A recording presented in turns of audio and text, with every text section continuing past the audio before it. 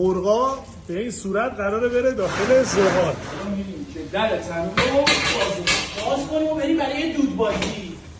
واه اهلا و سهلا بكم یا عجلان فی مطعم رسول مندی. ما اولین رستورانی هستیم که مندیامون تو تنور هیزمی می‌بازیم. واجن آقا این مرغامون بعد از اینکه 2 روز توی مدینه خوابید میاد و اینجا قشنگ چیده میشه داخل این طبقات و میره داخل این تنور. اصل داستان اینجاست. یعنی با همین زغالا میپزه. بله. آقا چه حرارتی داره اینجا، چه کار پر زحمتی. طعم واقعی مرغ مندی اینجا بشید. ایران مثل ما نیست. ای والله مرغا به این صورت قراره بره داخل زغال. خیلی زحمت داره این کارا. خیلی خاصه. مرغامون 4 ساعت میمونه داخل تنور و گوشتامون هم 11 ساعت. 11 ساعت.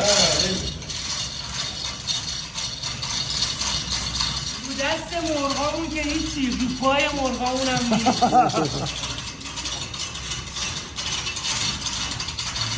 خب آماده است؟ بله الان دیگه میره که درشو گل بگیریم. هرچی گل بگیریم؟ خمیر همون اصطلاح همیشه. اینجوری درش بسته میشه. بریم برای گل گرفتن در البته گل که نیست، درسته؟ خمیره. ما بس اینجوری یه زودپز درست میکنیم در اصل. بله یه جورایی. به روش کاملا سنتیه دیگه. بله جالبه که اینجا 5 تا تنور همزمان داره پخت انجام میشه. تموم شد کار خمیرکاریمون؟ اینم از آخر. خمیرکاریمون تموم شد باجن آقا. الان میبینیم که در تنور رو باز کنیم و بریم برای دودبازی. واه چه صحنه جالبی. آقا نمیاد اومد. بیام که در بیارم مرغا رو براتون. بریم بالا. بعد از 4 ساعت پخت این مرغا آماده شد. حالا بریم رستوران برای ادامه کار. برو بریم. با آشپزخونه رسول مهدی خوش اومدید. خیلی ممنون. اینجا چیه؟ همون گوشتایی که توی تنور پخته میشه اینجا نگهداری میشه. چقدر جالب. به به چه آشپزخونه تمیزی دارین. بله پرسنل آشپزخونه همه خانوم هستن، معلومه که تمیز میشه. حواسشون به همه چی هست. این چیه؟ این برنج مندی ایرانیمونه. بله. ادویه‌های آسیاب شده است. چقدر خوب. اینم برنج مندی هندیمونه که به روش اصیله ولی ادویه‌هاش آسیاب نشده آها است. ادویه همه درشته بله. ولی جنس برنج هندیه. اینم همون مرغ تنوری رسول مندی. حالا نوبت رون تنوری مونه. همه کشورها مندی و رنگ غذا میذارن ولی ما زعفرون میذاریم. اونم چه زعفرون غلیظیه. بله. کاملا خوش عطر و خوش‌طعمش بود. بریم که ویژش کنیم. اول یکم پیاز داغ میاد، بعدش هم مغزیجات به همین حجم.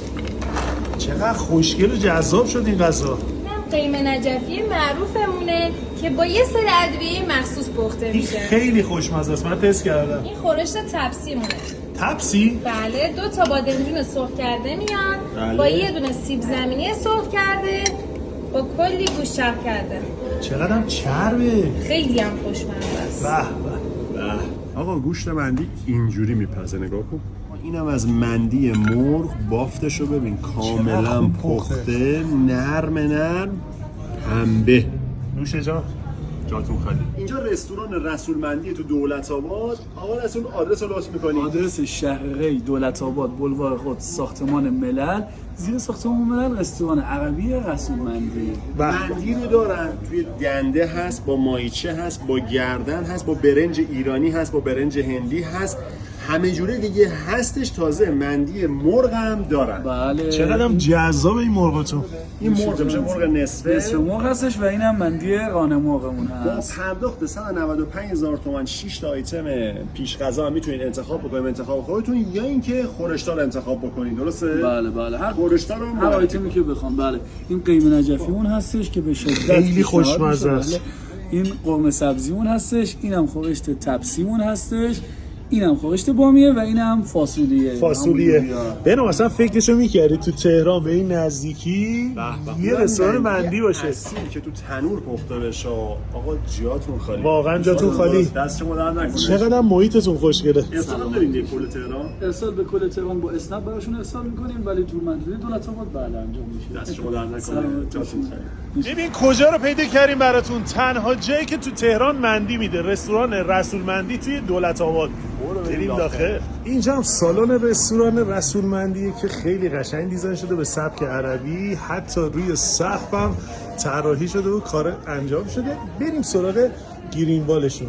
یه گرینوال طبیعی دارن اینجا. چقدر حس اینجا خوبه. نشون بده تخت‌ها اون سمت.